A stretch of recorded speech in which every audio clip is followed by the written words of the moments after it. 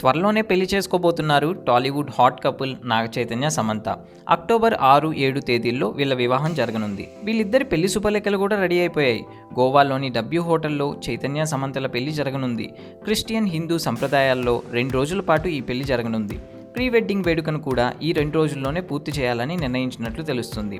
పెళ్లికి సంబంధించి పరిశ్రమలోని కొద్దిమంది ప్రముఖులకు మాత్రమే ఆహ్వానాలు అందుతున్నాయట. పెళ్లి తర్వాత హైదరాబాద్లో జరిగే రిసెప్షన్కు పూర్తి స్థాయిలో సినీ రాజకీయ ప్రముఖుల్ని ఆహ్వానించాలని నిర్ణయించారట. అయితే చైతన్య సమంత శుభలేఖ అంటూ సోషల్ మీడియాలో ఇప్పుడు ఒక కార్డు చక్కర్లు కొడుతుంది. చైతు, శామ్ వీరిద్దరి కుటుంబ సభ్యుల పేర్లతో ఉన్న ఈ పెళ్లి పత్రికను అభిమానులు విపరీతంగా షేర్ చేస్తున్నారు.